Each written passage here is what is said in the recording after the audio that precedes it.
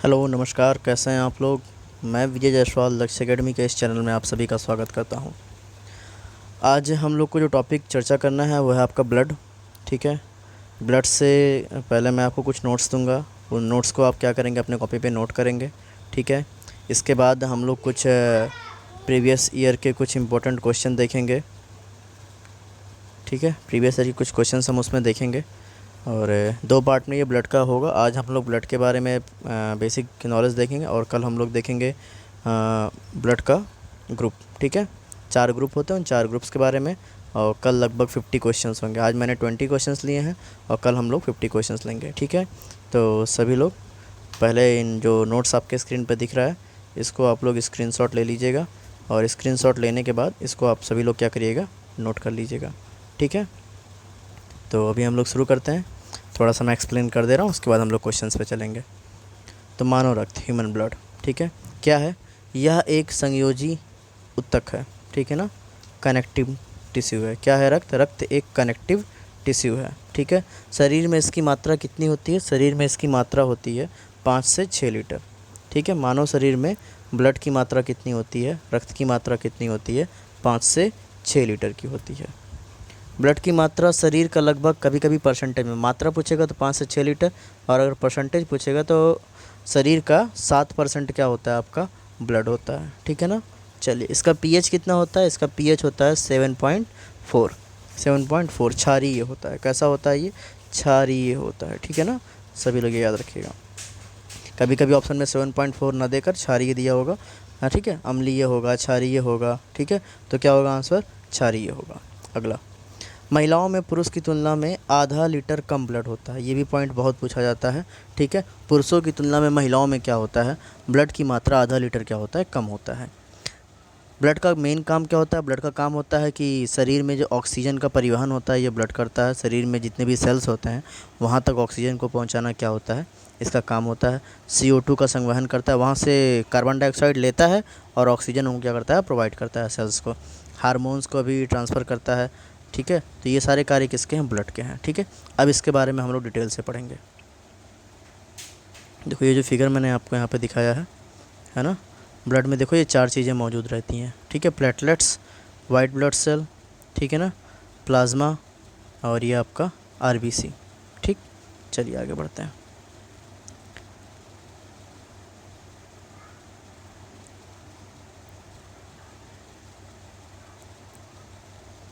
अगला पॉइंट, तो ब्लड को बेसिकली 2 भागों में बांटा गया है। ठीक है, तो रक्त को मुख्यतः कितनी भागों में बांटा गया है? रक्त को मुख्यतः 2 भागों में बांटा गया है। पहला आपका है प्लाज्मा और दूसरा क्या है आपका? Blood corpuscles. ठीक है ना, ब्लड कार्पसल्स आपके जो है, अभी इसके बारे में चर्चा करेंगे। पहले हम लोग पढ़ेंगे प्लाज्मा के बारे में। ठीक है, प्लाज्मा, तो रक्त का लगभग 55% भाग क्या होता है? प्लाज्मा होता है। जो ब्लड में आपके होते हैं, ब्लड को हम लोगों ने 2 भागों में बांटा, प्लाज्मा और ब्लड कार्पसल्स। ठीक है, तो उसमें प्लाज्मा आपका कितना परसेंट होता है? लगभग 55% क्या होता है आपका? प्लाज्मा होता है। ठीक है, और प्लाज्मा में क्या होता है? प्लाज्मा में 90% जल होता है। प्लाज्मा में क्या होता है? 90% क्या होता है आपका? जल होता है। ठीक है, और क्या होता है बाकी 10% में? क्या होता है बाकी 10% में? 6 से 7% प्रोटीन होता है। ये प्रोटीन जो यहाँ पे लिखा है वो यहाँ पे लिख लीजिएगा। 6 से 7% क्या होता है? प्रोटीन होता है। ठीक है, अब बाकी जो 3 से 4% बचते हैं उसमें बाकी अन्य तत्व आपके होते हैं। तो बेसिकली 2 चीज़ जो सबसे महत्वपूर्ण होता है प्लाज्मा में, वो क्या होता है? प्लाज्मा में 90% जल पाया जाता है और 6 से 7% क्या होता है आपका? प्रोटीन। ठीक है ना, ये सारी बातें आपको याद रखना है। कौन कौन से प्रोटीन पाए जाते हैं अभी हम लोग चर्चा करेंगे। ठीक है, फंक्शन ऑफ प्लाज्मा, प्लाज्मा का काम क्या है, कार्य क्या है? पचे हुए भोजन तथा हार्मोन का शरीर में संवहन करता है। कौन करता है? प्लाज्मा करता है। बॉडी टेम्परेचर को नियंत्रित कौन करता है? प्लाज्मा का भी एक कार्य है। ठीक है, और इसमें एक प्रोटीन पाया जाता है फिब्रोनोजिन। फिब्रोनोजिन पाया जाता है जो थक्का जमाने में क्या करता है, मदद। जैसे आपको मान लो शरीर में कहीं कट हो जाता है, ठीक है, और शरीर से कट होने के बाद क्या होता है? ब्लड बाहर निकलने लगता है। ठीक है, लेकिन अगर आप उसको दबाए रहें कुछ देर तक तो ब्लड रुक जाता है। क्यों? क्योंकि वहाँ पर क्या होता है? ब्लड का थक्का जम जाता है। तो वो ब्लड का थक्का किस प्रोटीन के कारण जमता है? तो वो होगा आंसर क्या आपका? फिब्रोनोजिन। ठीक है। ये फिब्रिनोजिन कहाँ पाया जाता है? ये फिब्रिनोजिन पाया जाता है प्लाज्मा में। ये सारे क्वेश्चन बनते हैं आपके, ठीक है ना। थक्का बनाने में कौन सा प्रोटीन काम आता है? तो वो होता है फिब्रिनोजिन। कहाँ पाया जाता है? प्लाज्मा में पाया जाता है। अच्छा, थक्का जमाने के लिए अगर विटामिन पूछेगा, है ना, तो वो कौन सा विटामिन होता है? विटामिन के होता है। अगर पूछेगा रक्त का थक्का जमाने में विटामिन, तो विटामिन के होता है। प्रोटीन, तो प्रोटीन क्या होगा? फिब्रिनोजिन। कहाँ पाया जाएगा? प्लाज्मा में पाया जाएगा। एक बड़ा ही इंपॉर्टेंट क्वेश्चन यहाँ से बनता है, ठीक है। क्वेश्चन ये बनता है कि अगर प्लाज्मा से फिब्रिनोजिन नामक प्रोटीन को निकाल दिया जाए, ठीक है। अगर प्लाज्मा से फिब्रिनोजिन, ये पॉइंट लिख लीजिएगा, यहाँ पे लिखा नहीं है, नोट करके अपने पॉइंट अपनी कॉपी में लिख लीजिएगा। यदि प्लाज्मा से फिब्रिनोजिन नामक प्रोटीन को निकाल दिया जाए, फिब्रिनोजिन नामक प्रोटीन को निकाल दिया जाए, तो बचे हुए भाग को सीरम कहते हैं। फिब्रिनोजिन निकलने के बाद जो प्लाज्मा का पार्ट बचता है उसे हम लोग क्या कहते हैं? सीरम। SERUM। क्या कहते हैं उसको? सीरम कहते हैं। ये पॉइंट नोट कर लीजिएगा, क्वेश्चन में कई बार एग्जाम में पूछा हुआ है, ठीक है। मैंने वही सारे पॉइंट उठाए हैं जो आपके एग्जाम में बहुत पूछे जाते हैं, ठीक है। तो एक भी पॉइंट आप मिस मत करिएगा जितना मैं आपको बता रहा हूँ। तो प्लाज्मा के बारे में इतना बात सबको क्लियर है, ठीक है। तो रक्त का ही पार्ट क्या होता है? प्लाज्मा होता है। 55% होता है, ठीक है, रक्त का 55%। इसमें 90% क्या होता है? आपका जल होता है। 6 से 7% प्रोटीन होती है, ठीक है। और उस प्रोटीन में सबसे महत्वपूर्ण प्रोटीन क्या आपका? फिब्रिनोजिन। का काम होता है फिब्रिनोजिन का काम होता है कि वह रक्त के थक्का जमने में मदद करता है। अगर प्लाज्मा से फिब्रिनोजिन निकाल दिया जाए तो उसे क्या कहते हैं? सीरम कहते हैं। बचा विभाग को क्या कहेंगे हम लोग? सीरम कहेंगे, ठीक है। अच्छा, प्लाज्मा किस कलर का होता है? तो प्लाज्मा आपका होता है हल्के पीले कलर का। ये भी पूछ सकता है। अगर और एक सवाल ये पूछ सकता है कि पीला कलर किसके कारण होता है? ये पॉइंट मैंने लिखा नहीं, लिख लीजिएगा, ठीक है ना। तो बिलुब्रिन के कारण होता है। किसके कारण होता है? बिलुब्रिन के कारण क्या होता है? प्लाज्मा का कलर क्या होता है? हल्का पीला होता है, ठीक है। सभी को ये बात एकदम क्लियर है? किसी को कोई डाउट? तो प्लाज्मा से इतने क्वेश्चन आपके बनते हैं, आप सभी लोग इतनी बातें याद रखिएगा, ठीक है। तो प्लाज्मा के बाद जो दूसरा पार्ट था वो क्या था आपका? ब्लड कार्पसल्स, ठीक है। रक्त का दूसरा पार्ट जिसे हम लोग क्या कहेंगे? ब्लड कार्पसल्स, ठीक है। रक्त कणिकाएँ, इसके बारे में हम लोग पढ़ते हैं, ठीक है। तो 55% आपका क्या था? प्लाज्मा था। अब बचा शेष 45% क्या होता है आपका? ये रक्त कणिकाएँ होते हैं, ठीक है ना। ब्लड का शेष 45% क्या होता है आपका? ब्लड कार्पसल्स होता है। अब ब्लड कार्पसल्स मुख्यतः 3 प्रकार के होते हैं। ब्लड कार्पसल्स मुख्यतः कितने प्रकार के होते हैं? 3 प्रकार के होते हैं। RBC, रेड ब्लड सेल, ठीक है, लाल रक्त कणिकाएँ। WBC, white blood cell. और ब्लड प्लेटलेट्स। प्लेटलेट्स को विम्बाणु भी बोलते हैं। क्या बोलते हैं? विम्बाणु। अगर हिंदी में आपको लिखना हो तो क्या लिखते हैं? विम्बाणु, ठीक है ना। तो ये 3 होते हैं, ठीक है। अब मैंने ये क्या लिखा है? ये क्या है जो मैंने ग्रेटर के साइज में? देखो, 2 चीज़ें होती हैं। एक तो RBC साइज के आकार से पूछता है। अगर पूछेगा संख्या के, ठीक है, ये जो मैंने लिखा है, ये जो इक्वेशन, ये संख्या का है, इससे क्वेश्चन पूछता है संख्या के आधार पर सबसे अधिक संख्या किसका होता है? ब्लड में, ब्लड कार्पसल्स में सबसे अधिक संख्या किसकी होती है? तो सबसे अधिक संख्या आपकी किसकी होती है? वो होती है RBC की। किसकी होती है? RBC की। RBC के बाद किसकी संख्या अधिक होती है? प्लेटलेट्स की। और सबसे कम संख्या में किसकी होती है? WBC, ठीक है। तो अगर पूछे कि रक्त में, ब्लड कार्पसल्स में सबसे अधिक संख्या किसकी होती है? तो RBC की होती है। और सबसे कम संख्या किसकी होती है? तो WBC की होती है, ठीक है। एक क्वेश्चन तो ये बनता है। एक क्वेश्चन साइज के अनुसार बनता है। किसके अनुसार बनता है? साइज के अनुसार भी इनका क्रम पूछा जाता है। तो साइज के अनुसार सबसे बड़ा WBC होता है। आकार के अनुसार अगर हम लोग देखें, सबसे बड़ा क्या होता है? WBC। WBC के बाद क्या बड़ा होता है आपका? RBC। और RBC के बाद प्लेटलेट्स, ठीक है। तो ये क्रम आप क्या करिएगा? याद रखिएगा, ठीक है। आगे बढ़ते हैं। तो हम लोग पहला शुरू करते हैं, ब्लड कार्पसल्स का पहला पार्ट जिसे हम लोग क्या कहेंगे? RBC, रेड ब्लड सेल, ठीक है। इसका एक वैज्ञानिक नाम भी पूछता है, ठीक है ना। अगर पूछेगा कि RBC का वैज्ञानिक नाम क्या है, तो आप आंसर क्या देंगे? एरिथ्रोसाइट्स। एरिथ्रोसाइट्स क्या होता है? RBC का वैज्ञानिक नाम होता है, ठीक है। बायोलॉजिकल नेम या वैज्ञानिक नेम अगर पूछेगा तो हम लोग क्या बताएंगे? आंसर RBC ना बताकर क्या बताएंगे? एरिथ्रोसाइट। क्या बताएंगे? एरिथ्रोसाइट, ठीक है। क्लियर है? एक क्वेश्चन यहाँ से ये बनता है। अब RBC का निर्माण कहाँ होता है? तो RBC का निर्माण होता है बोन मैरो में। किस में होता है? Bone marrow. बोन मैरो का फिगर मैंने आपको वीडियो के स्टार्टिंग में देखो यहाँ दिखाया था, ठीक है। ये आपका बोन मैरो है, ठीक, ये आपका क्या है, बोन मैरो, ठीक है ना। इस बोन मैरो में देखो होता क्या क्या है।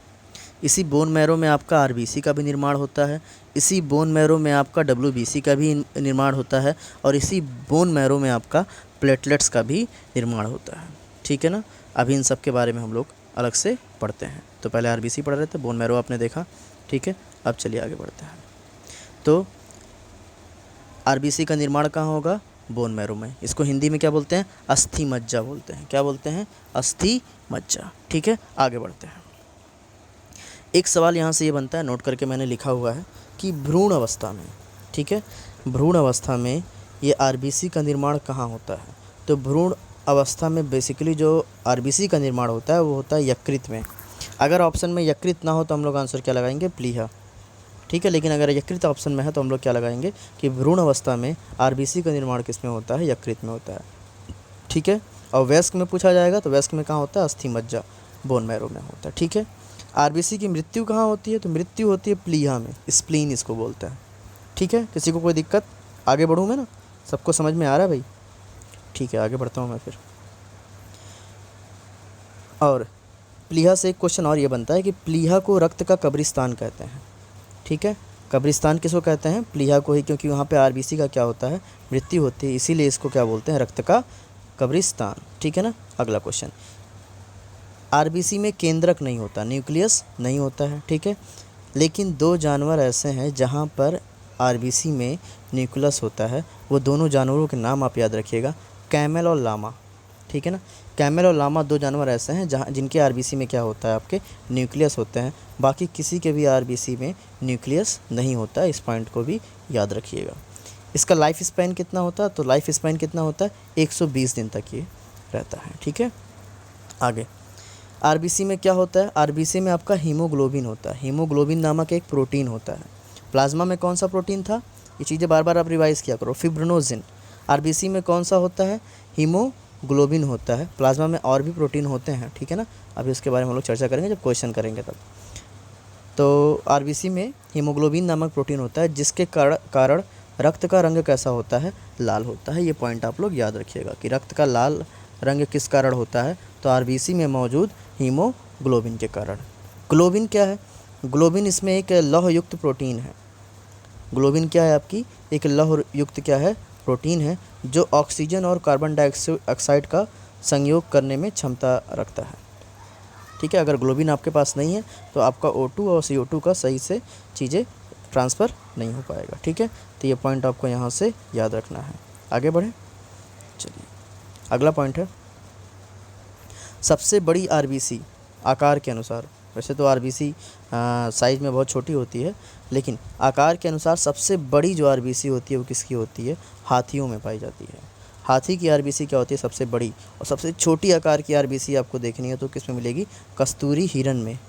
कस्तूरी हिरन, ठीक है ना, लिख लीजिएगा, कस्तूरी हिरन सबसे छोटी लिखा तो हुआ है, किस में पाई जाती है, अभी कस्तूरी हिरन में पाई जाती है, ठीक है ना। अगला पॉइंट, हीमोग्लोबिन में पाया जाने वाला आयरन कंपाउंड क्या होता है। सवाल ये भी पूछता है कि हीमोग्लोबिन में जो आयरन कंपाउंड पाया जाता है वो क्या होता है, हीमैटिन होता है। क्या होता है, हीमैटिन होता है, ठीक है। सभी को ये बात समझ में आ रही है, पक्का है।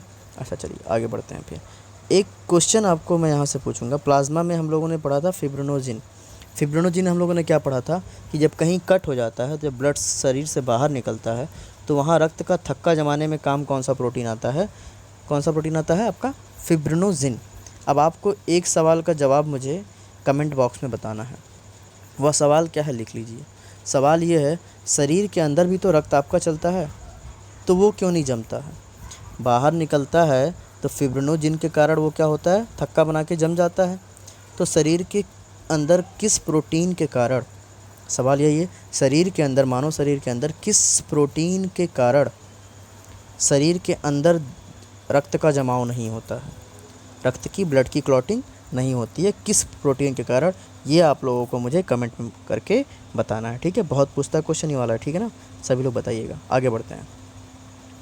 आरबीसी का कार्य क्या है, तो आरबीसी का मुख्य कार्य क्या है, ऑक्सीजन का परिवहन, ठीक है। CO2 को सेल से लेता है, वापस लाता है, और ऑक्सीजन को क्या करता है, उन तक पहुंचाता है। तो प्रत्येक सेल को सेल ऑक्सीजन पहुंचाना, ये CO2 आरबीसी का क्या है, मुख्य कार्य है, ठीक है। एक पॉइंट आरबीसी से और पूछता है, बहुत ही इंपॉर्टेंट पॉइंट पूछता है कि सोते वक्त आरबीसी क्या होती है, 5% कम हो जाती है, इसलिए बहुत ज़्यादा मत सोया करिए, ठीक है। जो एक एक्चुअल टाइम है उतना ही सोया करिए, जनरल टाइम।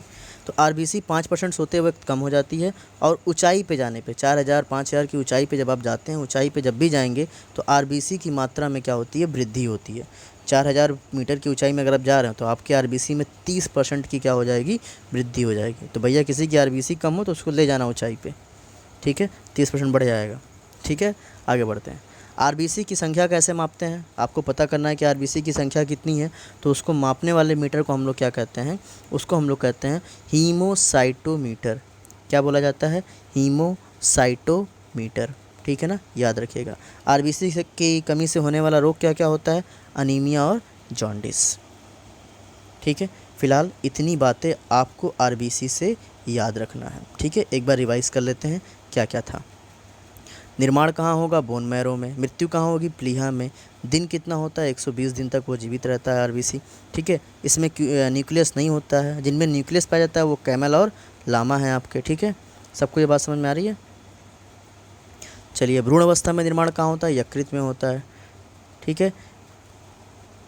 आरबीसी का मेन काम क्या है, ऑक्सीजन को ले जाना और CO2 को वापस लाना, ठीक है। सबसे बड़ी आरबीसी हाथी में पाई, सबसे छोटी किस में पाई जाती है, कस्तूरी हिरन में पाई जाती है, ठीक है। और हीमोग्लोबिन में पाया जाने वाला आयरन कंपाउंड क्या है आपका, हीमेटिन होता है, ठीक है। तो इन सारे बातों को आप लोग याद रखिएगा। आरबीसी को ये संख्या मापने वाला मीटर क्या होता है, हीमोसाइटोमीटर। आरबीसी की कमी से कौन सा रोग होगा, अनीमिया और जॉन्डिस। अब हम लोग आते हैं WBC पे। किस पे आते हैं, WBC। इसको इंग्लिश में क्या कहते हैं, फुल फॉर्म में वाइट ब्लड सेल। और इसका बायोलॉजिकल नाम या वैज्ञानिक नाम पूछेगा तो हम लोग क्या बताएंगे, ल्यूकोसाइट। स्पेलिंग यहाँ पे गलत है, LE होगा, LEUCO, ल्यूकोसाइट, CYT, ठीक है। तो बायोलॉजिकल नाम या वैज्ञानिक नाम पूछेगा तो क्या कहेंगे हम लोग, इसको ल्यूकोसाइट कहेंगे। याद रखिएगा, ये सवाल पूछता है बहुत। रक्त में इनकी संख्या सबसे कम होती है, अभी हम लोगों ने देखा था, ठीक है ना। और आकार में सबसे बड़ी होती है, दोनों पॉइंट याद रखें। सबसे कम संख्या WBC की, और आकार में सबसे बड़ा कौन सा होता है, तो WBC होता है, ठीक है ना। निर्माण अभी हम लोगों ने दिखाया, बोन मैरो का चित्र। निर्माण कहाँ होगा, बोन मैरो में तो होता ही होता है। उसके अलावा अगर बोन मैरो अस्थि मज्जा आपके पास ऑप्शन में नहीं है, ऐसे केस में आप लिम्फ नोड भी लगा सकते हो, लीवर भी लगा सकते हो, स्प्लीन भी लगा सकते हो। इन सारी जगह आपके WBC का निर्माण होता है। और मृत्यु कहाँ होगा, मृत्यु आपका ब्लड में ही होगा, या फिर स्प्लीन अगर ऑप्शन में है तो स्प्लीन भी लगा सकते हो, ठीक है। आगे लाइफ 2 से 4 दिन, ठीक है। एक क्वेश्चन बहुत ज़्यादा पूछता है ये वाला पॉइंट, हर 600 आरबीसी पे 1 WBC होता है, ये अनुपात बहुत पूछा जाता है। 600 आरबीसी पे कितना WBC होता है, 1। इसीलिए बात हुई थी ना, सबसे कम संख्या होती है इसकी। जहाँ 600 आरबीसी होगा, उस 600 आरबीसी पे कितना ब्लड में कितना आपका WBC होगा, बस 1 WBC होगा, ठीक है। तो ये अनुपात याद रखिएगा, बहुत पूछा जाता है। अब WBC को हम लोग 2 प्रकार में बांटते हैं, ठीक है। WBC का जो सेल होता है वो कितने प्रकार का होता है, 2 प्रकार का होता है। एक होता है दानेदार और एक होता है बिना दाने का। जो दानेदार होते हैं उसे हम लोग बोलते हैं ग्रैनुलोसाइट। क्या बोलते हैं, ग्रैनुलोसाइट। और जो बिना दाने के होते हैं उन्हें क्या बोलते हैं, नॉन ग्रैनुलोसाइट, ठीक है। तो ये भी क्वेश्चन बन सकता है, WBC कितने प्रकार के होते हैं, 2 प्रकार के होते हैं, ग्रैनुलोसाइट और नॉन ग्रैनुलोसाइट। ग्रैनुलोसाइट को 3 प्रकार में बांटा गया है, न्यूट्रोफिल्स, इस्नोफिल और बेसोफिल। याद रखिएगा, सवाल पूछ सकता है, 4 ऑप्शन दे देगा, ठीक है। चारों ऑप्शन में एक दे देगा न्यूट्रोफिल, इस्नोफिल, बेसोफिल और चौथा लिख देगा मोनोसाइट। कहेगा इनमें से कौन सा WBC ऐसा है जो नॉन ग्रैनुलोलाइट है, ठीक है ना। जो नॉन ग्रैनुलोसाइट्स है तो कौन सा हो जाएगा, जो भी इन तीनों को छोड़कर होगा वो नॉन ग्रैनुलो हो जाएगा, ठीक है ना। ये क्वेश्चन बहुत पूछता है, याद रखिएगा। और नॉन ग्रैनुलो में क्या हो जाएगा आपका, मोनोसाइट और लिम्फोसाइट, मोनोसाइट और लिम्फोसाइट, ठीक है। एक क्वेश्चन यहाँ से और बनता है, इस WBC में सबसे अधिक मात्रा किसकी होती है, WBC में सबसे अधिक मात्रा किसकी होती है, न्यूट्रोफिल्स की होती है। और न्यूट्रोफिल्स का कार्य क्या होता है, जीवाणुओं का भक्षण करना, जीवाणुओं का क्या करना, भक्षण करना। देखो WBC का मेन काम क्या होता है, हमें रोग से बचाना, हमारी रोग प्रतिरोधक क्षमता को क्या करना, बढ़ाना। और ये सारे जितने भी आपके ना, सारे रोग प्रतिरोधक क्षमता से आपको रोगों से क्या करते हैं, कोई जीवाणु से बचाता है, कोई विषाणु से बचाता है, कोई एलर्जी से बचाता है, ठीक है ना। ये सब किसी न किसी चीज़ से आपको क्या करते हैं, रक्षा करते हैं। इन सब के बारे में मैंने क्वेश्चन रखा है, ठीक है। जब क्वेश्चन करेंगे तो सारे क्वेश्चन वहाँ पे आएंगे। अभी आप याद रखिएगा, न्यूट्रोफिल्स का काम क्या होता है, जीवाणुओं से आपकी रक्षा करना। वो क्या करता है, जीवाणुओं का भक्षण कर लेता है। और सबसे अधिक मात्रा में न्यूट्रोफिल्स आपके जो है ये न्यूरोफिल्स से, स्पेलिंग सही कर लीजिएगा, NEUT होगा, NEUTROPHILS। तो सबसे अधिक मात्रा किसकी होती है WBC में, तो वो होती है न्यूट्रोफिल्स की। और सबसे कम मात्रा किसकी होती है, तो याद रखिएगा बेसोफिल की मात्रा सबसे कम होती है। ये भी बात याद रखिएगा, ये पॉइंट यहाँ से बहुत पूछा जाता है, ठीक है। सभी को क्लियर है, ठीक है। कौन कितने कितने मात्रा में मैंने लिख दिया है, ठीक है। लिम्फोसाइट पूछेगा तो लिम्फोसाइट लगभग 6 से 7% होता है, ठीक है। आगे बढ़े, चलो।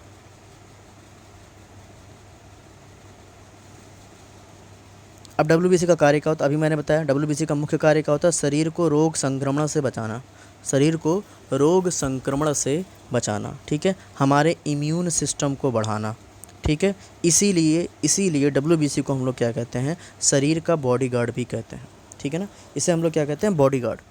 क्यों क्यों ऐसा कहते हैं, क्योंकि ये हमारी रोग से क्या करता है, हमारे शरीर की रक्षा करता है, ठीक है। WBC की कमी से होने वाला रोग कैंसर है, HIV है। अगर WBC की कमी होगी तो ये रोग आपको हो सकता है। चलिए, अगर WBC कम होगा तो आपको ल्यूकोपीनिया हो जाता है। कौन सी बीमारी होगी, ल्यूकोपीनिया। और अगर WBC अधिक हो जाएगा तो ल्यूकेमिया होगा, जिसे हम लोग कैंसर कहते हैं, ठीक है। तो इस WBC की कमी यहाँ हटा दो, इसको लिखो WBC से होने वाले रोग। WBC से होने वाले रोग कौन से हैं, कैंसर और HIV। अगर कम होगा तो ल्यूकोपीनिया होगा, और अधिक हो जाएगा तो ल्यूकेमिया होगा, जिसे हम लोग क्या कहते हैं, कैंसर भी कहते हैं, ठीक है ना। सभी को ये बात क्लियर है। चलो, तो ये भी सवाल पूछता है, कम होगा तो कौन सा होगा, ज़्यादा होगा तो कौन सा होगा। मुख्य कार्य क्या है, रोग से बचाना। इसे क्या कहते हैं, बॉडीगार्ड कहते हैं, ठीक है। आगे WBC 2 प्रकार के थे, ग्रेनुलोसाइट और नॉन ग्रेनुलोसाइट्स। ग्रेनुलोसाइट्स में 3 प्रकार होते हैं, क्या क्या होते हैं आपके, न्यूट्रोफिल, स्नोफिल और बेसोफिल। और नॉन ग्रेनुलो में क्या होते हैं, मोनोसाइट और लिम्फोसाइट। सबसे अधिक मात्रा किसकी होती है, न्यूट्रोफिल्स की होती है। सबसे कम मात्रा किसकी होती है, बेसोफिल्स की होती है। न्यूट्रोफिल्स का काम क्या होता है, जीवाणुओं का भक्षण करना, ठीक है ना। आगे बढ़ें, पक्का है। चलिए आगे बढ़ते हैं। अब हम लोग आते हैं रक्त के अंतिम पार्ट से, जिसे हम लोग कहेंगे ब्लड प्लेटलेट्स।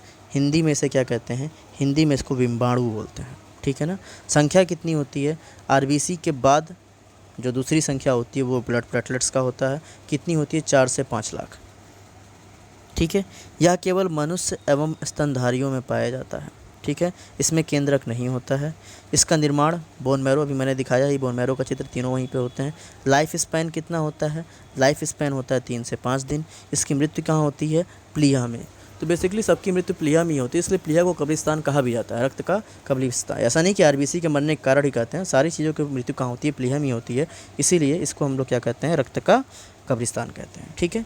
कार्य क्या होता है, प्लेटलेट्स का कार्य क्या होता है, प्लेटलेट्स का कार्य होता है थक्का बनने में मदद करना। तो थक्का बनने में देखो 3 चीज़ें मदद करती है आपकी। एक तो प्लेटलेट्स आपकी मदद करती है, एक फिब्रिनोजिन नामक प्रोटीन आपकी मदद करता है, और एक विटामिन K आपका मदद करता है, ठीक है ना। तो थक्का बनने में देखो 3 चीज़ आपको मिली, ठीक है। आगे बढ़ते हैं। प्लेटलेट्स की कमी से होने वाला रोग क्या होता है, तो होता है चिकनगुनिया या डेंगू ज्वर। चिकनगुनिया या डेंगू ज्वर, ठीक है ना। तो इतनी बातें आपको यहाँ से याद रखनी थी, ठीक है। अब हम लोग आते हैं क्वेश्चंस में। तो पहले आप लोग इन नोट्स को नोट कर लीजिएगा, इसको पढ़ लीजिएगा। पढ़ने के बाद ये क्वेश्चन आप करिएगा। आज मैंने बस 20 क्वेश्चन लिए हैं, ठीक है। इसके बाद कल अभी ब्लड का सेकंड पार्ट आएगा, जिसमें हम लोग ब्लड के ग्रुप के बारे में बात करेंगे, ठीक है ना। जितने भी 4 ग्रुप हैं, ठीक है। RH फैक्टर के बारे में देखेंगे, और उसके बाद कल कम से कम 50 क्वेश्चन हम लोग ब्लड से देखेंगे। अगर मैं दावा करता हूँ कि अगर आप आज और इसके जो बाद आने वाला वीडियो है, वो दोनों वीडियो ब्लड का आप देख लेते हो, इसके बाद आप कोई भी एग्ज़ाम देने जाओ जहाँ रक्त से क्वेश्चन पूछे जाएंगे, वो सारे आप करके आओगे, मेरी गारंटी है, ठीक है। तो चलिए क्वेश्चन हम लोग शुरू करते हैं, ठीक है। आप लोग जवाब दीजिएगा, फिर मैं जवाब दूंगा, ठीक है। RBC का जीवन काल कितना होता है, तो सभी को पता होगा कितना होता है भाई, कितना होता है बताइए, सभी लोग बोलिए, फिर मैं बोलूँगा, ठीक है जी। 120 दिन।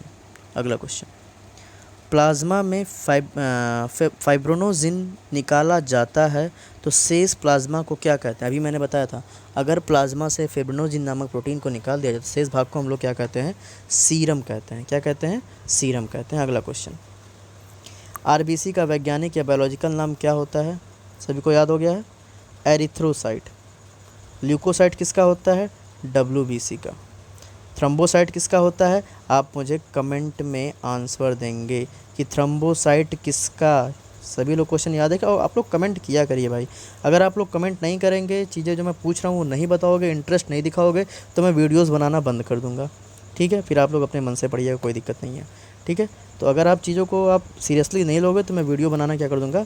बंद कर दूँगा। ब्लड के बाद मैं वीडियोज़ नहीं बनाऊँगा। चलिए आगे बढ़ते। थ्रोम्बोसाइट किसका वैज्ञानिक, किसका बायोलॉजिकल नाम है, ये आपको कमेंट में मुझे बताना है। अगला क्वेश्चन, पहाड़ों पर जाने से आरबीसी की संख्या पर क्या फ़र्क पड़ता है? तो जब भी ऊंचाई पर, पहाड़ मतलब ऊंचाई पर जाना, और ऊंचाई पर जाने से आरबीसी की संख्या क्या होती है? बढ़ जाती है। ठीक है, अगला चलते हैं क्वेश्चन नंबर 5 पे। प्लाज्मा का रंग पीला किस कारण से होता है? मैंने बताया ना किस कारण से होता है? बिलुब्रीन। बिलुब्रीन के कारण प्लाज्मा का रंग क्या होता है? पीला होता है। अगला क्वेश्चन, मानव रक्त किस प्रकार का ऊतक है? तरल है और साथ में कनेक्टिव भी है। ठीक है ना, फ्लूइड, कनेक्टिव, टिश्यू। तो आंसर क्या हो जाएगा? उपयुक्त दोनों। अगला क्वेश्चन, रक्त के कितने भाग होते हैं? तो रक्त के मुख्यतः 2 भाग होते हैं, बताया गया था ना। कौन कौन से भाग होते हैं? प्लाज्मा और blood corpuscles. Blood corpuscles. Blood corpuscles के कितने भाग होते हैं? 3 भाग होते हैं, आरबीसी, डब्ल्यूबीसी और प्लेटलेट्स। ठीक है, इतनी बातें याद रखिएगा। क्वेश्चन नंबर 8, आरबीसी की खोज किस वैज्ञानिक ने की है? तो किस वैज्ञानिक ने की है? एंटोनी ल्यूवेनहॉक ने आरबीसी की खोज की है। ये भी क्वेश्चन पूछ लेता है, याद रखिएगा। चलते हैं अगले क्वेश्चन पे, क्वेश्चन नंबर 9 पे। सोते समय आरबीसी की संख्या पर क्या फ़र्क पड़ता है? तो घट जाता है। कितना परसेंट घटता है? लगभग 5% क्या होता है? ये घट जाता है। ठीक है, चलिए अगला क्वेश्चन, पुरुषों की तुलना में महिलाओं में रक्त कितना होता है? तो कम होता है। कितना कम होता है भाई? आधा लीटर क्या होता है? कम होता है। ठीक है, अगला क्वेश्चन, मानव शरीर में आरबीसी का निर्माण कहाँ होता है? तो कहाँ होता है? अस्थि मज्जा, बोन मैरो। ठीक है, अगला क्वेश्चन, प्लाज्मा का रंग कैसा होता है? तो प्लाज्मा का रंग कैसा होता है? हल्का पीला होता है। किसके कारण होता है? तो बिलुब्रीन के कारण इसका रंग कैसा होता है? हल्का पीला होता है। क्वेश्चन नंबर 13 पे चलते हैं, रक्त के निर्माण की प्रक्रिया को क्या कहा जाता है? ठीक है, तो रक्त के निर्माण की प्रक्रिया को पता है आप लोगों को? हेमोपायोसिस कहते हैं। रक्त के निर्माण की प्रक्रिया को क्या कहते हैं? हेमोपायोसिस। ठीक है, याद रखिए, क्वेश्चन इंपॉर्टेंट है। अगला क्वेश्चन, मानव शरीर में रक्त की मात्रा कुल वजन का कितना % होता है? कितना होता है बताइए? सारे पॉइंट हम लोग पीछे डिस्कस कर चुके हैं। कितना होता है? 7% होता है। कितना होता है आपका? 7% होता है। अगला क्वेश्चन, आरबीसी का कब्रगाह किसे कहा जाता है? किसे कहा जाता है भाई? प्लीहा, स्प्लीन। तो दोनों बात लिख दिया है। ऐसा एग्ज़ाम में नहीं देगा, एग्ज़ाम में एक ही ऑप्शन देगा। अगर देगा तो उपरोक्त दोनों लिख देगा। ठीक है ना, तो आंसर क्या हो जाएगा? Option number C. अगला क्वेश्चन नंबर 16, रक्त के अध्ययन को क्या कहा जाता है? जल्दी बताइए भाई, रक्त के अध्ययन को क्या कहा जाता है? हेमेटोलॉजी। क्या बोलते हैं? हेमेटोलॉजी क्या होती है आपकी? रक्त की अध्ययन। ये भी बहुत पूछा जाता है क्वेश्चन, सारे बड़े ही महत्वपूर्ण क्वेश्चन हैं जितने भी मैंने यहाँ पे लिए, एक भी क्वेश्चन आप मिस मत करिएगा। भ्रूण अवस्था में आरबीसी का निर्माण कहाँ होता है? तो भ्रूण अवस्था में आरबीसी का निर्माण कहाँ होता है? यकृत में होता है, लीवर में होता है। ठीक है, तो अभी ये सारे क्वेश्चंस हम लोग देखेंगे, और इसके पहले भी मैं ऑलरेडी बायोलॉजी के कुछ वीडियोस डाला हुआ है। जिन लोगों ने अभी तक वो वीडियो ना देखा होगा, डिस्क्रिप्शन में मैं लिंक आपको दे दिया करता हूँ, आप सभी लोग वहाँ से जो है क्वेश्चंस देख सकते हो। और साथ ही में मैं आपको एक चीज़ और बता दूँ, लक्ष्य का एक टेलीग्राम ग्रुप चल रहा है जिसमें आपका डेली क्विज़ चलता है। ठीक है ना, तो उस क्विज़ में अगर आप भाग देखो, पढ़ो कितना भी, लेकिन अगर आप क्विज़ नहीं करोगे ना, चीज़ें आपको याद नहीं होगी। ऐसे आप कितना भी पढ़ लो, लेकिन अगर आप क्वेश्चंस नहीं करते हो, ठीक है, तो आपको बिल्कुल पता नहीं चलेगा कि आपने क्या पढ़ा क्या नहीं पढ़ा। क्वेश्चंस करने से आपको काफ़ी कॉन्फिडेंस आता है। तो मैं सभी लोगों से कहूँगा, जितने भी लोग वीडियोस देख रहे हैं, अगर लक्ष्य के टेलीग्राम ग्रुप में जुड़ना चाहते हैं तो आप सभी लोग उस ग्रुप में जुड़ सकते हैं। इस ग्रुप का लिंक मैं आपको डिस्क्रिप्शन में दे दूँगा, ठीक है। तो सभी लोग उस लिंक पर क्लिक करने के बाद आप लक्ष्य के ग्रुप में जुड़ सकते हैं, जहाँ से हम लोग डेली क्विज़ करेंगे, ठीक है। चलिए आगे बढ़ते हैं। आरबीसी का मुख्य कार्य क्या होता है? तो अभी मैंने बताया ऑक्सीजन का परिवहन। ऑक्सीजन का परिवहन क्या होता है, उसका मुख्य कार्य होता है। अगला क्वेश्चन नंबर 19। मानव शरीर में कितने लीटर रक्त होता है? तो 5 से 6 लीटर होता है। और अगर परसेंटेज में पूछा तो कितना होगा? मानव शरीर के वजन का 7%। कितना होता है? 7%। अगला क्वेश्चन नंबर 20। मानव के रक्त का पीएच कितना होता है? 7.4 क्षारीय होता है, बेसिक मीडियम का होता है, ठीक है। तो ये आज के 20 क्वेश्चन। कल हम लोग ब्लड का पार्ट नंबर 2 देखेंगे, जिसमें हम लोग ब्लड ग्रुप के बारे में बात करेंगे और साथ में ब्लड से पूछे जाने वाले कुछ और महत्वपूर्ण प्रश्नों को हम लोग वहाँ पर देखेंगे, ठीक है। अभी अगला काम क्या है? अगला काम आपका ये है, ये 3 क्वेश्चन आपके पास है, ठीक है। इन तीनों क्वेश्चन का आंसर आपको मुझे कहाँ बताना है? कमेंट बॉक्स में बताना है। इस 3 के अलावा मैंने एक क्वेश्चन और पूछा है, क्वेश्चन नंबर 4, वो भूलिएगा नहीं। 4 क्वेश्चन आपको बताना है। वो क्वेश्चन क्या है कि किस कारण मानव शरीर के अंदर रक्त नहीं जमता? किस प्रोटीन के कारण मानव शरीर के अंदर रक्त जमता नहीं है, ठीक है। उस प्रोटीन का नाम आपको बताना है। और ये 3 प्रश्न, ये आप लोग मुझे कमेंट बॉक्स में कमेंट करके बताओगे। नहीं बताओगे, अगर आप इंटरेस्ट नहीं लोगे चीज़ों को देखने में और करने में, तो मैं रक्त बढ़ाने के बाद वीडियोस क्या कर दूंगा? स्टॉप कर दूंगा, ठीक है। तो अगर आपको चीज़ें समझ में आ रही है, अच्छी लग रही है, आपको यूज़फुल लग रहा है कि हाँ, हमारे एग्ज़ाम पॉइंट ऑफ व्यू से ये वीडियोज़ हमारे लिए बहुत ही इंपॉर्टेंट है, तो आप वीडियो को लाइक करिए, शेयर करिए और ज़्यादातर जितने भी आपके टेलीग्राम ग्रुप, जितने भी आपके व्हाट्सएप, फेसबुक, उन तक क्या करिए, इस वीडियो को शेयर करिए। अगला देखता है कि नहीं देखता, इससे आपको मतलब नहीं है। आपका काम क्या है? इसको शेयर करिए, लाइक करिए, कमेंट करिए, सब्सक्राइब करिए, ठीक है।